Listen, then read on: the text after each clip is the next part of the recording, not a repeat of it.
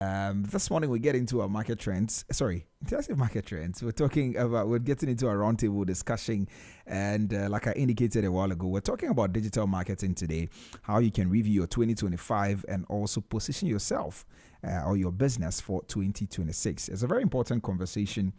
As we're trying to wrap up this year, many business owners are actually asking themselves the same questions. Did our digital efforts actually work? And more importantly, how do we position ourselves for a stronger 2026? And that's why we're having this conversation this morning. I'm joined in studio by a marketing guru. I like to call him that. Somebody the Marketing and Advertisers Association actually calls a marketing evangelist. His name is Stephen Naasei Boadi. I personally call him Uncle Naasei. Good morning. You're welcome. Thank you, Nii. How you doing? I'm doing well. How are you too? I'm good. Good to be back. Yeah, good to have you too. I think the last time we spoke was somewhere, I think maybe March. Earlier in the year. This year, yes. Thanks so much for coming back. That's right.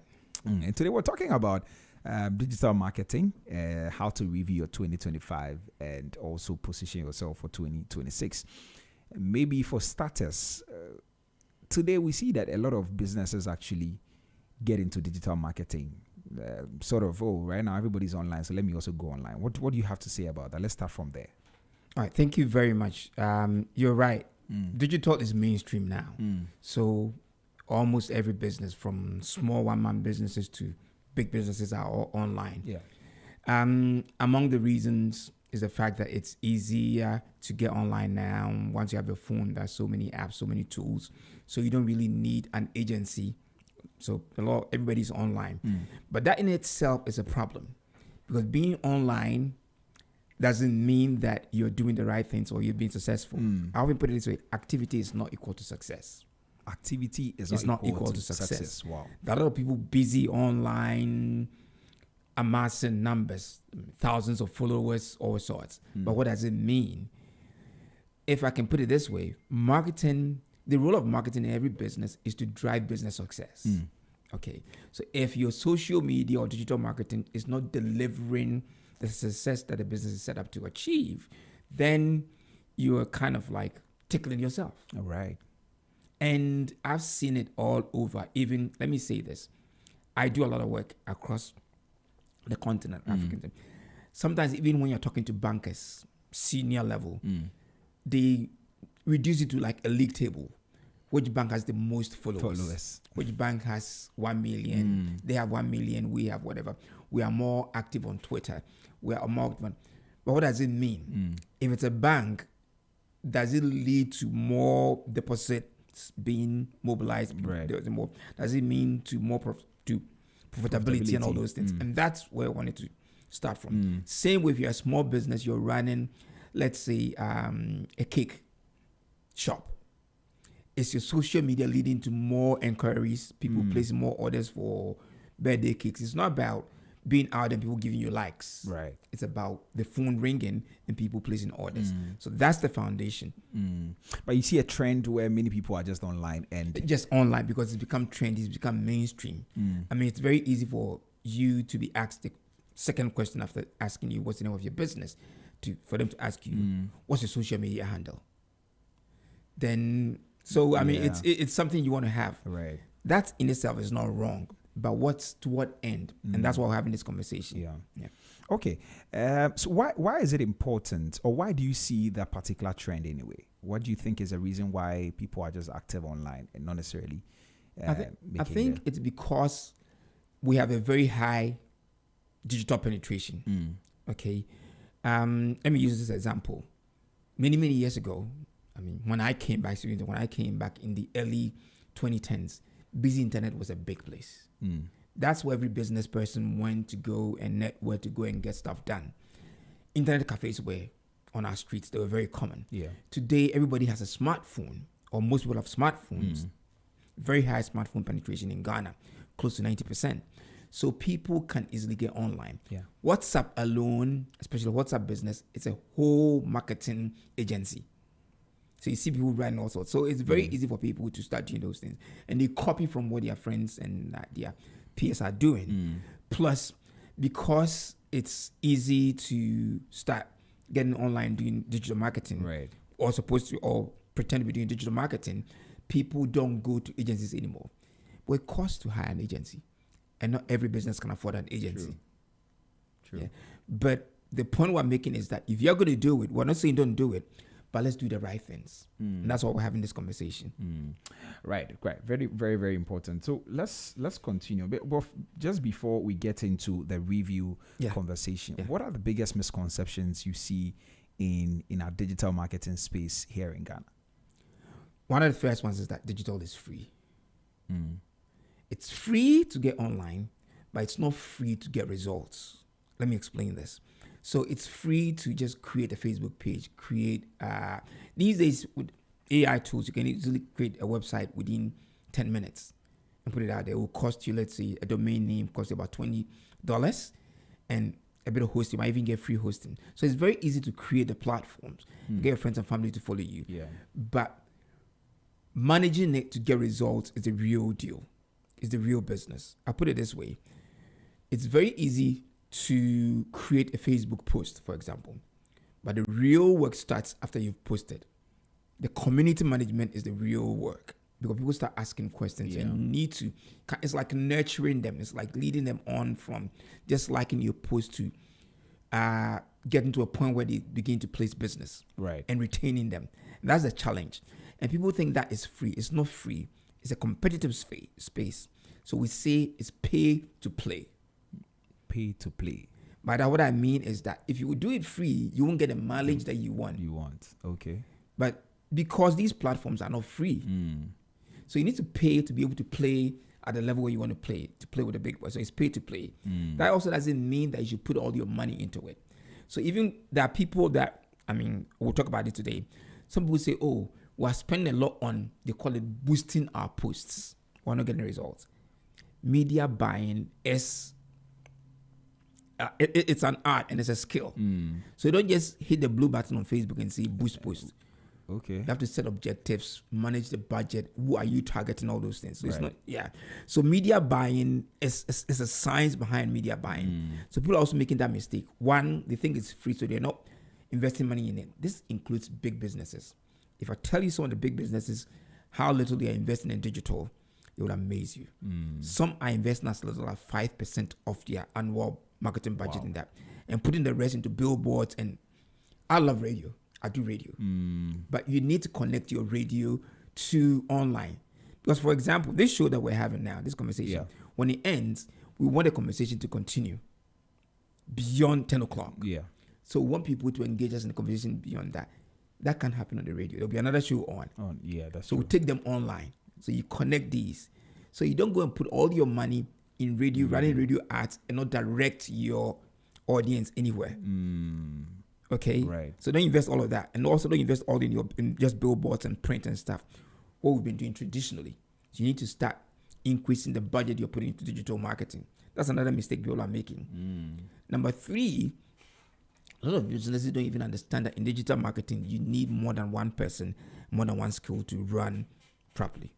So they will go and hire somebody, say it's a social media manager. He's a creative designer. He's a videographer. He's a photographer. He's a copywriter. He's a community manager. He's a media buyer. He's a strategist. He's everything. That doesn't work. If you went and gave your account to an agency, they will dedicate more than 5 people doing different jobs.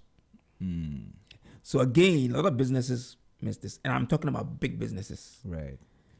I'm honored to sit on platforms, interview panels and stuff for big banks. And sometimes when people come for interviews, you listen to some of the people on the panel. Their understanding of what the interviewee should bring on board is very... It's too much. So we need to also... That's another mistake we make. We think that digital marketing is easy. Just any social media manager can do everything. No, that's not true. So these are just a few of them. Right. Okay. I think we need to have a conversation on some of these things and go deeper. But let's come to our conversation this morning. We're talking about reviewing your 2025 and also positioning yourself for 2026. Why is it important for digital marketers to do review? I thought maybe the plan worked this year. We can push it for next year. Why do we have to review and also plan? Okay. So hopefully before you do your review, you would have set some goals, some objectives at the beginning of the year. the way it works in most corporate organizations, and this week I'm doing a series on performance management. Okay, because I also do a lot of people management stuff. Yeah. Right. The way it works in most organizations is that at the beginning of the year, the board, sets a couple of goals, targets for the year. So, for example, if it's, let's say, your Nestle or any manufacturing company, they'll say this year we want to sell 10 million tons of whatever, just any numbers. We want to increase our revenue by this much. We want to increase our market penetration by 5% or whatever. So those are targets that they set. Right. Now, those targets are set at the top. And in every organization, every individual should contribute to those targets. Okay. I give this example that if you are a driver who wears a white shirt with black tie and black trousers, and you can't use Google Maps, you can't work for a bank. Because when you're working for a bank, time is money. True. You can't get people stuck in traffic in Accra. So that's where he has to contribute to even the mobilization of funds. In the same way, digital marketing should have some targets. Right. Should have some goals. So it's not just about, let's increase our followers by, let's say, 50,000. What do you need 50,000 people for? Because you don't want to create just a fan club. You want to create a community. You want to create a community of loyal people who will patronize your products and become loyal advocates for the brand. Do you understand what I'm saying? Yeah. Same way, even radio. I'm sure your boss will tell you, Nii, by this time next year, we should increase our listenership to this number. We should increase our online listenership to this number. So those are targets that are set for you. Yeah. So once that is done, you need to assess it. Because if you don't know where you are at any point, you won't be able to tell where you're headed or where you should be headed next year. So you need to do this review in the course of the year, but critically, at the end of the year, do this. And then that helps you to be able to set targets for the new year. Okay. Because you want to grow. Right. Like, again, let me give this example. Even just coming here today, I knew it was 9 o'clock. I stopped somewhere to grab coffee. But I had to be mindful that by 8:45, I have to be here. It's about knowing where you are. So that's like a review. Knowing where you are so you can be able to tell, all right, am I on track? Where do I need to be next? What do I need to do to get there? Yeah, to get there. Right. And that's same with digital marketing. So what does a typical review look like? Or what are the things that you even look at if you want to do? Before we get into that, let me just say this. So there are a number of things that you need to really ask. I call them the 5 questions you must answer. Okay. Did you achieve your stated objectives? This is what you're going to ask yourself. So, like I said, at the beginning of the year, what did you set out to achieve? This is not just what we call vanity metrics, like number of likes and all those things. Did we trend? I often see this. You trended and then what? Trending should lead to business value. Right. It's not just about trending. Okay. What was your true cost per customer acquisition? This is something that a lot of businesses don't calculate. What is that? So you're spending a lot to acquire customers. What did it cost you to acquire each customer? So your overall, let's say in the year, you spent $1 million on marketing and other things. Okay. The cost per customer acquisition is how, when you divide that by number of customers that you acquired, what's that cost? You need to know that cost. Right. And your effort should be to bring them down. Bring that cost down. Which channels delivered the real return on investment? Okay. There are a number of channels out there, plenty of channels. For example, people will tell you that X now or Twitter is Mean Street in Ghana. And so that's why people go to troll people. So a lot of women don't like Twitter, for example. That's true. But for your business, for example, for a news agency, Twitter is where news conversations happen. So you can't avoid Twitter. Twitter owns hashtags. So, for example, there should be a dedicated hashtag for your show. For the show, yeah. When you hear it, you know this is a conversation. So, for example, it should be a channel that's bringing you listenership. Okay? And for your show, because you're often talking about serious stuff like what we're discussing now, it's no gossip and things like that. So, even though we want to be on TikTok, TikTok is not where we go and park our bus.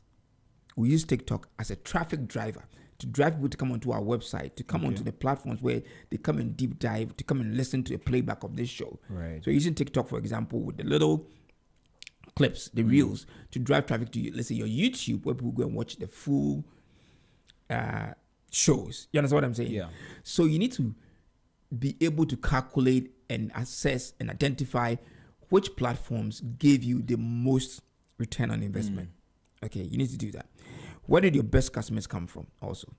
Okay, one of the things we don't do in this town was elsewhere, as soon as a customer walks into every shop, walks online, first question, one of the questions they will ask before the transaction ends is, where do you hear about us?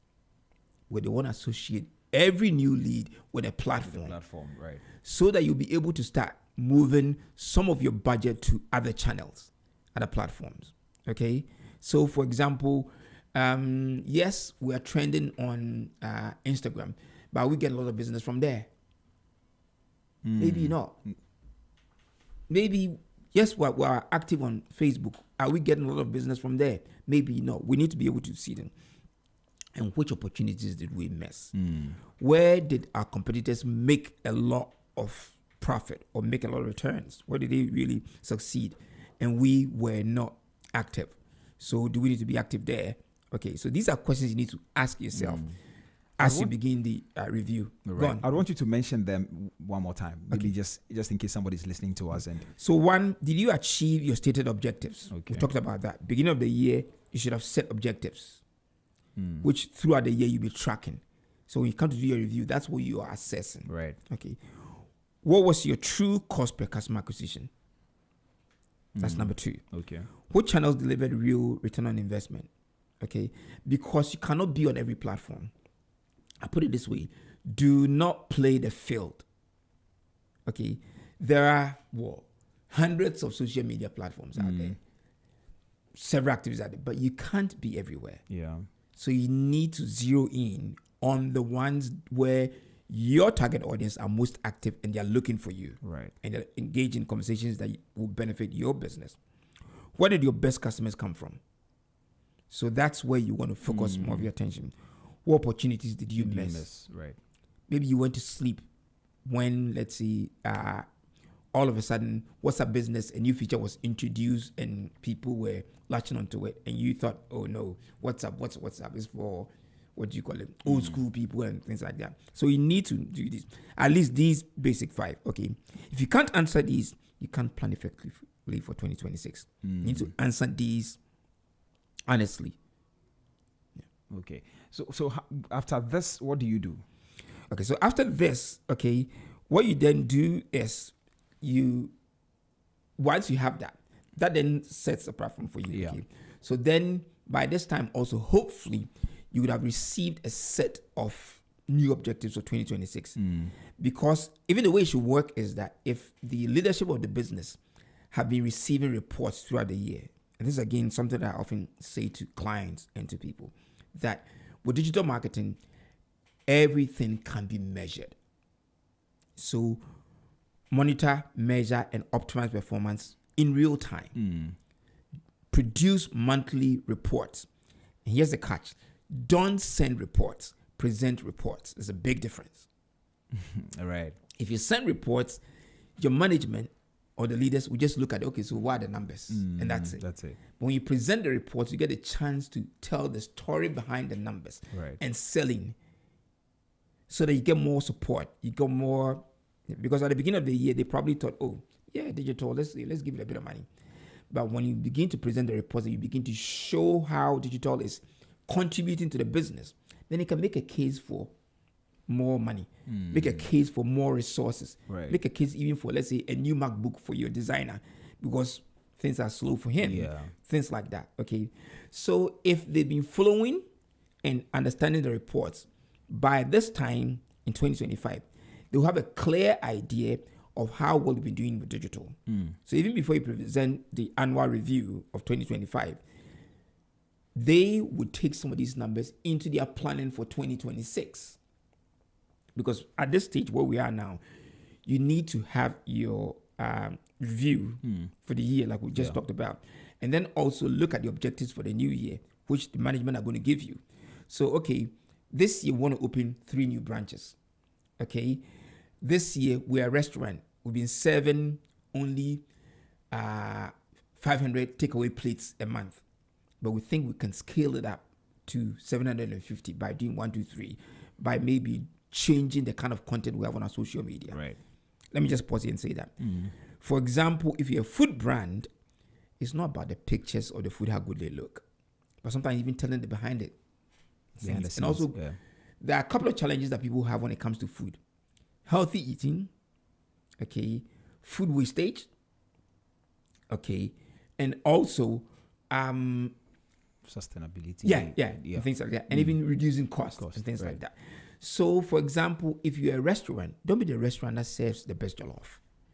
Be the restaurant that helps people to achieve their healthy eating goals. There, you'll be giving them value. Right. Do you understand what I'm saying? So by this time, you would have seen, okay, yeah, we did 500. But we think if we can make our content more compelling, people will come and buy more. So we can serve 750 plates by takeaway. Again, one of my friends is on now. I mean, a lady called Akuya. She has, how do you call it? I say a luxury brand of handbags, for example. Right. And we've been doing a bit of work. What you need to do is handbags, for example, are meant for a certain level. So, for example, when you see people at high-class weddings and things like that, that's the bag to be carried to that kind of wedding. Okay. So you need to know your target audience. Right. All right, is our content appealing to that type of audience? Don't talk about just any bag. You need to be able to understand the niche that you appeal to. So by this time, you would know, for example, from your review, even by looking at your online audience, your followers, how many of them are within your target market. But sometimes there could be people who are there but cannot really afford your bags. So if you look at your demographics behind your numbers, you should be able to say that in the new year, when you're setting your new target, if you want to increase our profitability by this much, if you want to sell to other markets, for example, this bag we're talking about, for example, is a bag that I often say should be the bag that every tourist that comes to Ghana should buy and take out. So we want to target how many expats are on the platform. How many orders are we receiving from online, from different platforms? So those are the kind of things you want to look at. So as you go into the new year, these should be the kind of things that should influence your planning for the new year. So you have these two things: your review, your report for the new year, your objectives for the new year, and then the trends, the digital marketing trends for the new year. Okay. We'll talk about that shortly, but let me just announce the phone line just in case somebody wants to get in touch with us. So this is Business Breakfast on Z, exactly 24 minutes after 9. And this morning we're talking about digital marketing, how you can review 2025 and project or position yourself for 2026. If you just tuned in, we just started a conversation. I mean, we're still in the first few minutes of the conversation, so you've not missed much. But you can join us, send us a WhatsApp on 0544321019, 0544321019. You can send your questions and your comments, and I'll read them for you right here. You can also call us on 03039566641, 03039566641. And we're streaming live on Facebook at ZFMGH and on YouTube at Z Multimedia. Please drop a comment or a question, and I'll read that for you as well. My guest is Stephen Naasei Boadi. He is marketing, comms, and technology expert or consultant, and he's helping us understand exactly what to do. Right. So you've spoken about the review, but I just want to chip in this question. So looking at 2025, what did those who are successful or who were successful, let me just say 2025 is almost ending. So those who have been successful this year, what did they do differently from those who struggled this year? Number one, they had clear objectives. Okay. And throughout the year, they kept reviewing the objectives and tweaking them. So, for example, if at the beginning of the year, the goal was to, let's say, launch a new product, for example, they had clear objectives, how they were going to use digital to launch a new product, for example. So they were tracking it, and they would be monitoring, right? So when we did it, we ran social media ads, we ran YouTube, we worked with the influencers, did it deliver results? So they did that. And then, like the 3 words I said: monitor, measure, and optimize performance. So while they were doing that, they were also tweaking the performance. So for example, these days almost every company is working with influencers now. Hopefully they started with the right influencers. But there's a whole process you need to go through to choose the right influencers. Okay. But you need to also track the performance of the influencers. How much are they contributing? So is it successful? You don't sign a contract with an influencer, say, for 6 months, and then you never measure what they are delivering. And that's why in the contract, there should be a clause for you to be able to exit if they are not delivering. Right. Okay, we'll talk about that on another day. Another time, sure. But the point I want to make here is that those that were successful had clear objectives, and throughout the year, they were monitoring those objectives, measuring them. Number 2, they invested the right resources. Right. Staff, equipment, apps, all those things. They invested the right ones into digital. Okay. Number 3, they had buy-in from their, so let me put it this way. They built communities, for example, and they had buy-in support from them. There's something I often say that your content is not as compelling as what people create about your brand. So let me put it again. Yeah. When your customers create content about your brand, they show how they've embraced, how they've tested your brand, tried it, and they are proud to showcase it. That's voluntary. It's not gimmick. Because when you create the content yourself, people would always assume that there's a catch somewhere. But when they speak voluntarily without being paid for it, that's one. So there would have something called user-generated content. So you go and buy jollof from somewhere, you try the jollof, you take a picture, and you post it. They didn't ask you to do that. Yeah.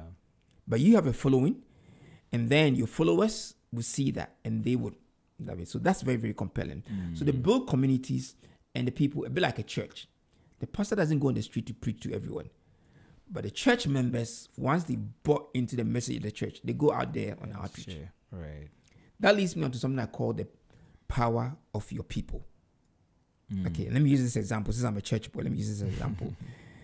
When ICGC has Greater Works, or when Maker's House has the experience, you, over that period of 1 month, look at the number of people who wear the yellow shirts, T-shirts.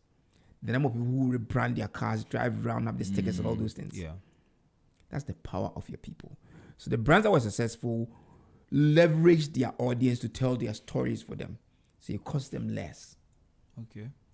There's even an element of what we call now employee-generated content, where some companies are building studios, content creation studios in-house for the employees to create content. Yes. I've seen some banks do it. Exactly. Yeah. Because, you see, their friends know where they work, and they will go to them for advice when it comes to financial advice, banking, and all that. So why not empower them to create that kind of content? Unfortunately, where we miss it in this town is that we even launch products without doing internal launch. The product gets onto the market with a lot of people in-house not even knowing about the product.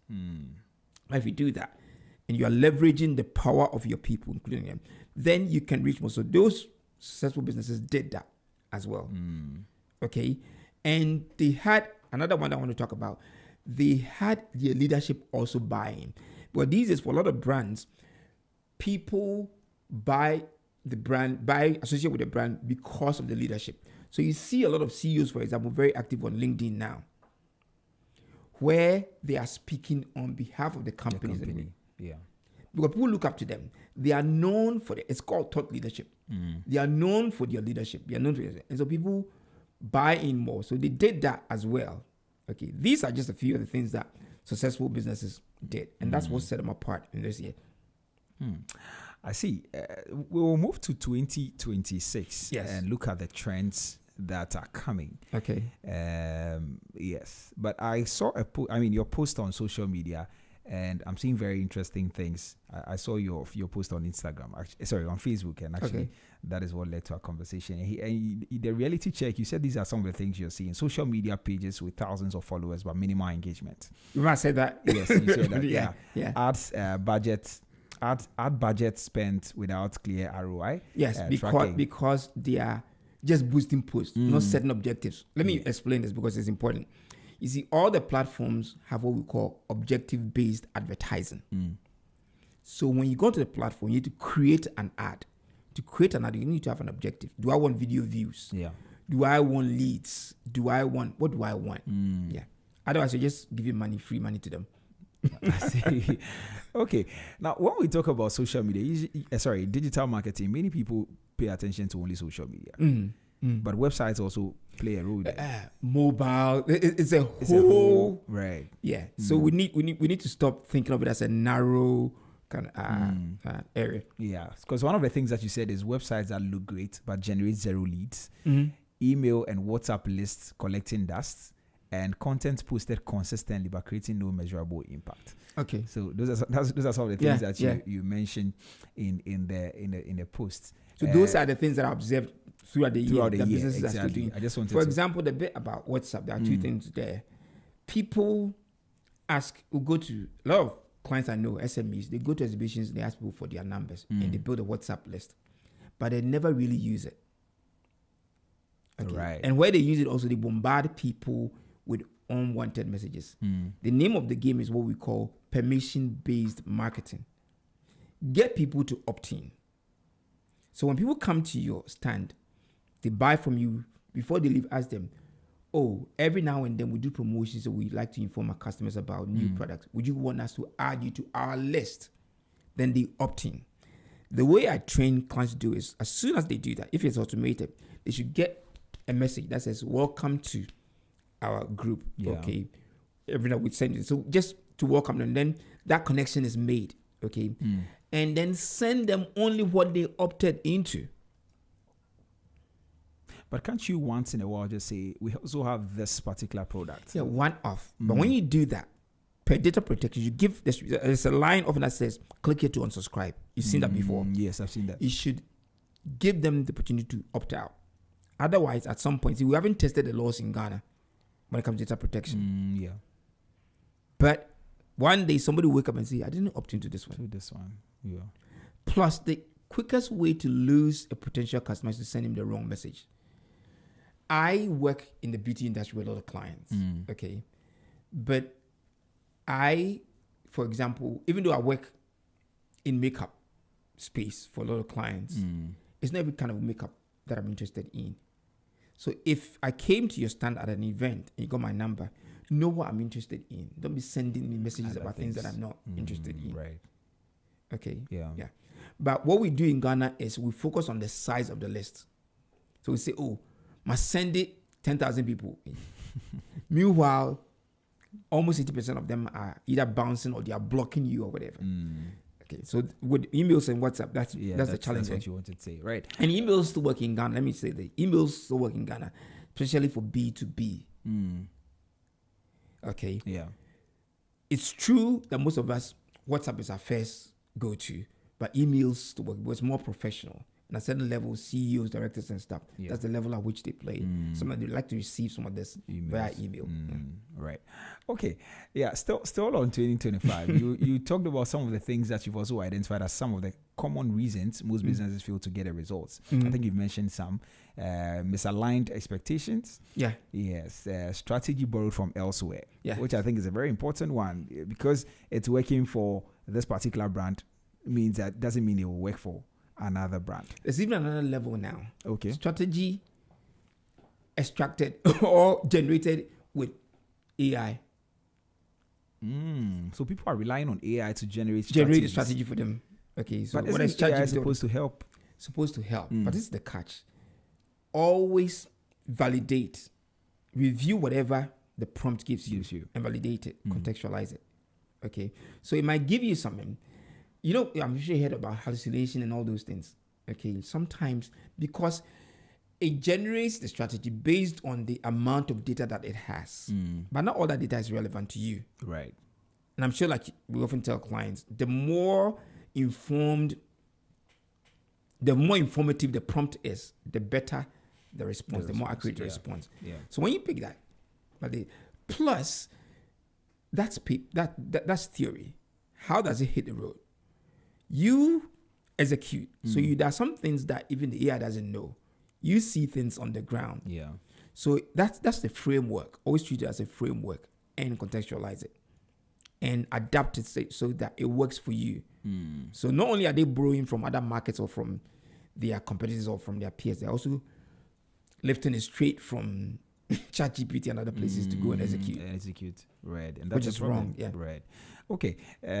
Other things, maybe just I'll mention a few of them and then we can continue. So you talked about inconsistent execution as well. You started strong in January, went quiet in April, rallied in September. Yeah. Right. Yeah. I mean, again, one example. You see, I'm sure you heard this before. Content is king. Yeah. People say it every day. But I say it's not just about creating content. It's about creating relevant content, which generates the right responses. Okay. Right. So beginning of the year, everybody's charged up. We're going, and per our content calendar, we're posting 4 times a week. We've got dedicated, whatever. Then at some point in the year, we begin to slack.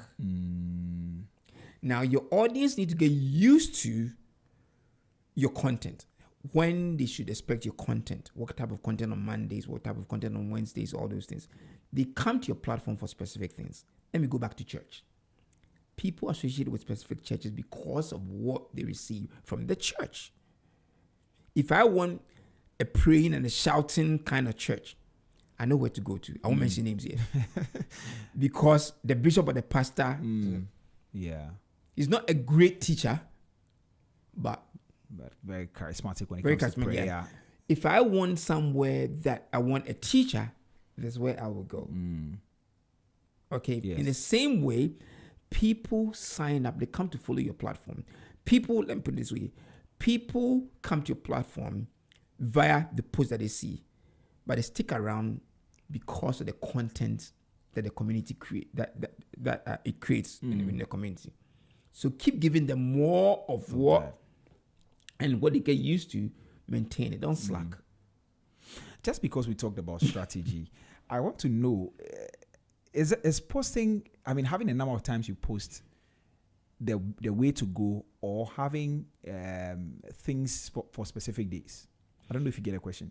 I think I get it. So it's not just about the number of posts. It's about how relevant the posts are. Okay. Let me give you an example. And this is how I like to explain relevant posts. It's informative. Okay. It's useful. It gives value. Right. So when you see the post, okay, I needed to see this. I needed to hear this. And straight away, you want to share it with your friends and family. Yeah. Like when you posted this, we posted about this show. I saw people on my WhatsApp and stuff and people are even reposting it because it speaks to their need. Okay. And straight away, they believe that people within their communities also need to hear it, so they share it. Right. The last one I often say is that it's disruptive. But that what I mean is, we scroll on our phones, top to bottom. Yeah. As you're scrolling, when you get to that post, it should cause you to stop. Called the power of the thumb. Right. If it's a video, unmute and listen to it. The picture should be so sharp and all those things. So that's relevant content. So it's not about the number of posts. Okay. But it's about how relevant the posts are. That's why there's something we call content pillars, which every organization, when you set your strategy, you have your content pillars. Okay. So again, let me use an example. If you are a boutique, let's say like this is a men's fashion shop or whatever. Yeah. Don't just sell suits. So that's your products. Suits are your products. Yeah. But post also on how people can even match their suits. Okay. When should you wear, let's say, a navy suit? What does it mean? So you're giving people tips. Okay. Because people don't buy the suits just for suits. They buy the suits because they want to look great in the suits. So help them look great. So that's the second pillar. Right. A third pillar is even teaching them fabric care. Because people don't want to buy suits. Yeah. And then maybe a few weeks later. Yeah. But if you're teaching them how to even wash, let's say even their white shirts, how to wash them, how to iron, then you're giving them a lot of value. So your platform is not coming by. People come there for value. Right. You've already got 3 content pillars. They can add the last one, user-generated content. So when people buy from you, for example, just have a hashtag and your hand to tell them, oh, I know you would love this. When you wear it, by all means, they'll take pictures. Just tell them, when you take pictures, tag me. So you are repurposing the content they're sharing with you with their permission. So you've got 4. Okay. Because when I see you, Nii, wearing a great suit, I feel like wearing a suit. Right. So the next time I ask is, where did you buy it from? Yeah. Do you understand what I'm saying? So if I see you, if they see the shop where you bought your suit with a post, I say, so this is where Nii gets his great suits from. Let me also go to that shop. Right. Right. So you see, you've got 4 different content pillars. Yeah. So it's not monotonous and it's not boring. I think we can go on and on and on, but that's so much value you've given already. Let's talk about the trends to expect. What is coming in 2026? There are a whole lot of things, okay? But like we said, AI is not going away. We're going to see more of AI-powered personalization. What's that? So by that, what I mean is the way, for example, that online. Let me put it this way. You know, you've used Amazon, right? Yeah. Shop there. So you see when you go on Amazon, the way that using the data that it has on you, it recommends products to you and all those things. It will personalize that way. In the same way, based on the data that shops have on you, they'll be able to target you. So for example, if I shop from one of my favorite places in Ghana, let me give him a shout out, Preman, my friend, my friend Harry. So if he was leveraging AI, for example, he have data on me, he would know everything that's in my wardrobe since I started buying from him. So he can be able, just leveraging AI, be able to recommend to me what I should buy, because he knows I've got this black jacket in my wardrobe, and say, Naasei, this navy whatever will go with it. This one will go with it. So you see how personalization. Right. So he won't send the same thing to you. That's personalization. Okay. It can go to several levels. Right. For example, if it's a food brand, for example, okay, or a restaurant, because you've gone there to eat so often, they've got so much data on you, they don't need to ask you next time whether you want your chicken spicy. They have that information. Well, that data already. is there. Right. And this one is not rocket science. It's just about, but the AI analyzes the data, so you're able to, as soon as they key your number, it will come and say, okay, this guy doesn't eat chicken with. It's even happening now. I mean, well, at the manual level. I call the Starbites in my local area, Westlands. When I call them, they know me so well that they have my number now. So as soon as I call, they say, Stephen, whatever. Before I say, they say, chicken, not spicy. Right. But imagine AI doing that for you. So it's like kind of on a high scaling it. Right. And the more informed you are in your marketing, the more targeted you can be. I'll give another example. Okay. This one is like years back. There's an airline called EasyJet. Okay. Which when they launched in the UK, I flew on for a weekend somewhere about over 15 years ago. I was here one day 5 years ago, and they sent me an email saying, hi, Stephen, here's a picture of you at this place 5 years ago.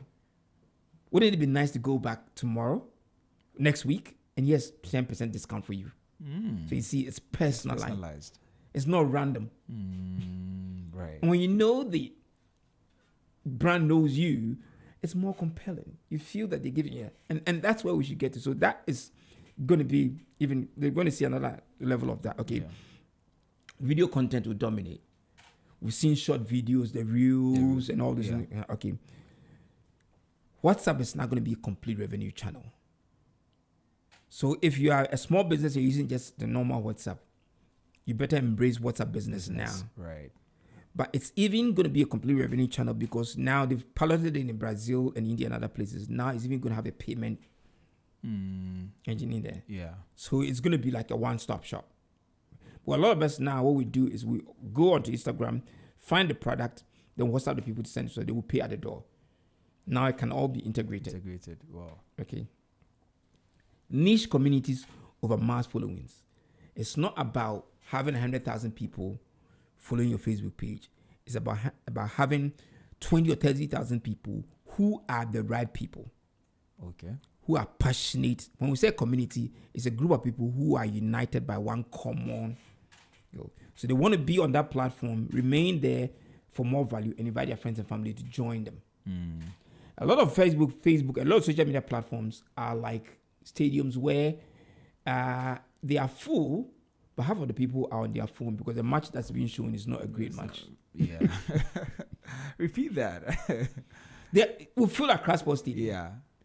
But people are there just because of the vibes. Because me too, I want to be seen, whatever. But they are not interested in the game. The only hearts match that's on there. Yeah.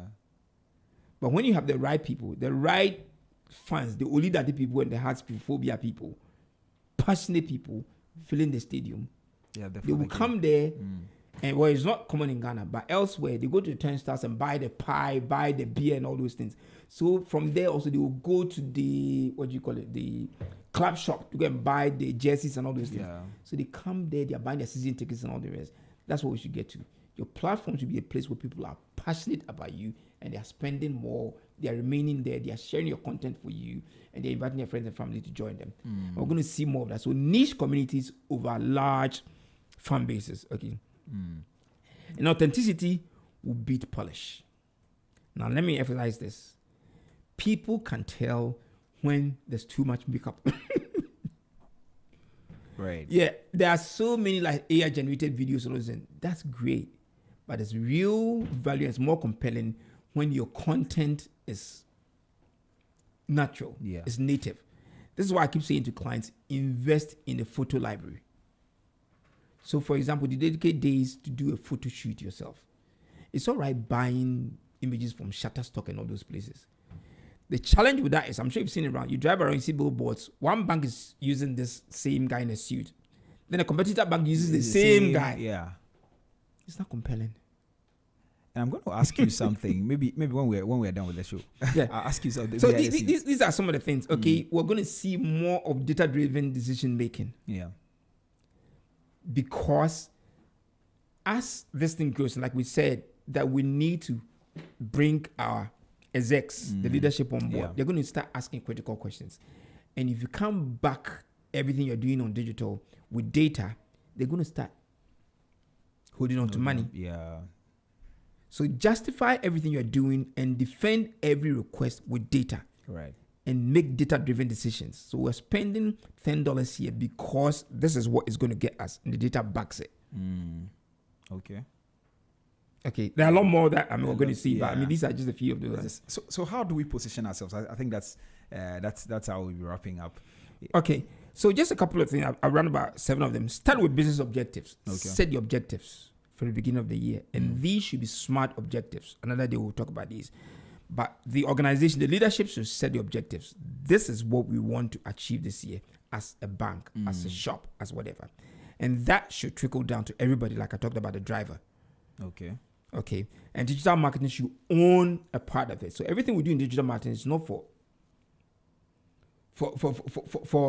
just not to tickle ourselves, but to contribute to those objectives. Right. So for example, if we are launching a new brand, we're launching a new product, for example. For media and maybe a new show. For example, digital should create the awareness about it. Yeah. So, for example, what's the teaser campaign we're going to run on, let's say, Instagram or wherever? How are we going to get people to start tuning in? What's the unique hashtag we're going to use? So build all those things. So it's not just about posting. It's about driving the audience for the new show. Right. And those should be the targets that you set. Yeah, that should guide it. Then choose 2 or 3 channels that you can master. I said it earlier, do not play the field. You master those ones. And other channels, you may be on another channel, but use them only for monitoring. It's a whole other thing we talk about, which is called social listening. There's a conversation happening about your brand, quite often even in real time. Your job is to tune in to know the conversation that's happening. Right. This is where people make a mistake. They don't tune in again to crisis. Brands, okay. Build a monthly calendar. Very, very important. To succeed, you need to work with structures, work with systems, work with tools. So where there's a calendar, like you asked earlier, you will know what to post, when to post, all those things, and it's a cycle. Okay. Invest in capabilities, not just campaigns. Invest in your people, training for your people that work on the brand. Have the right people, invest in tools, the right cameras, the right AI tools, the right laptops, all those things, okay? Set up proper measurement and tracking. So have tools, your analytics tools, where you are tracking everything that's important. Create realistic timelines, okay? So that budget 20% for agility and opportunities. Set 20% aside for things that you respond to. Like what happened during COVID. Let me use churches as an example. Before COVID, in this town, There are two churches I always said that were very active online, ICGC and Lighthouse. Yeah. Were already very active. A lot of churches were caught off guard. That's true. Some of them haven't been able to get their members back since COVID ended. Yeah. But during COVID, everybody went online. And they loved what they were seeing online. There. But these churches I've mentioned were already online. They loved them. Other churches invested in them. I made some money during that because now we have to help churches set up digital church structures and things like that. Yeah. Okay. In the same way, you need to that's what I mean by the 20%. Set aside budget for things that you need to respond to. Okay. So, for example, all of a sudden something changes in your space. Let's say this that we're doing here, this media thing. Yeah. Podcasting is becoming very popular in Ghana. True. But there are issues with that sometimes, okay? With the way people are, what content do they own? I love this show because it's a business breakfast. You talk about specific things. Yeah. It's not where you come for gossip and all those things. So you have a niche. Yeah. And I love being here. Thank you. Thank you Okay. so much. It has to get to a point where we now take it to the next level. If we're not there already, or on Spotify and other places, because people now get used to the content that we have. So maybe at the beginning of the year, we didn't think that our audience would grow, our online audience would grow so much. Now people want it on the go. So we need to have some money there that we can invest in podcasting. By setting up even a new studio for podcasting. Yes, podcasting. There's so much content you can create that's not for on-air radio, Yeah. but for online. You've seen how some of the big media houses create so much content that's not for mainstream video, TV, but for online. So this is what it's like contingency fund to respond to trends and things like that. Have these, and also, again, let me say it. Learn about your audience, your customers, and also about the tools, about the industry. If you know these two in the trends and everything, then you'll be nimble, you'll be more agile, and be able to succeed. I see. What kind of mindset do we need going into 2020? Maybe that will be my last question to you. The kind of mindsets that every business owner or every business needs to go into 2026. I'll say digital is more of an enabler than before. Have that mindset. So invest in it. The opportunities are huge if you can focus on doing the right things, have that mindset, and invest in it, and believe that it will work. So it's more of an enabler than we ever thought. All right. So any final maybe final comments, if there's anything we haven't touched on? Our time is up. I think there's so much we've unpacked today. But again, show is so short. I mean, they can get in touch with you, or if they want, you can share my number. If anybody needs help planning any of these, we can guide them. Okay, it depends on them. So they can, if they want, they can call me. It's 024-836-7114. Okay, what I'm doing a lot for organizations now is some of them is even boot camps, bigger organizations. 2-3 days, let's get into a boot camp somewhere, plan, work it. So by the time they come out, there's a document ready to execute. Right. But small businesses, I'm doing a lot for them. Some of them, maybe 1 hour here and there on the phone or Zoom, guiding them. But that's how we also give back. Yeah. And true. I'm sure, like I said, digital is more of an enabler than before. Yeah. Let's do the right things and we'll win in 2026. We'll win in 2026. We hope that everybody wins, and that's why we had this conversation. Thank you so much. Thank you. Uncle Naasei, like I call you all the time. I'm going to start charging you for that. Right, it's been a great conversation this morning right here on the Business Breakfast on Z. We've spoken extensively. I mean, the focus was largely how to review and position yourself, but we touched on so much. We talked about things that I'm sure he didn't even know we're going to touch on before coming. Yes, and that's what makes a good show. Exactly. You can't really predict everything. Exactly. Yeah. So we give more than we promised, and I hope that we've gotten so much value from this. Thank you so much once again. Thank you. Yes, his name is Stephen Naasei Boadi. He's a marketing, communications, and technology consultant, and he joined us this morning for a big conversation right here on the Business Breakfast on Z. So if you miss any part of this conversation, feel free to visit our social media platforms, ZFMGH on Facebook, Instagram, and X, and also on TikTok and YouTube, Z Multimedia. You can visit these platforms and then you can play back. And also do well to share with your family and friends. That's how we wrap up today. We're back again tomorrow for more interesting conversations. This has been Business Breakfast on Z with me, Nii Trebi Hammond. Up next is the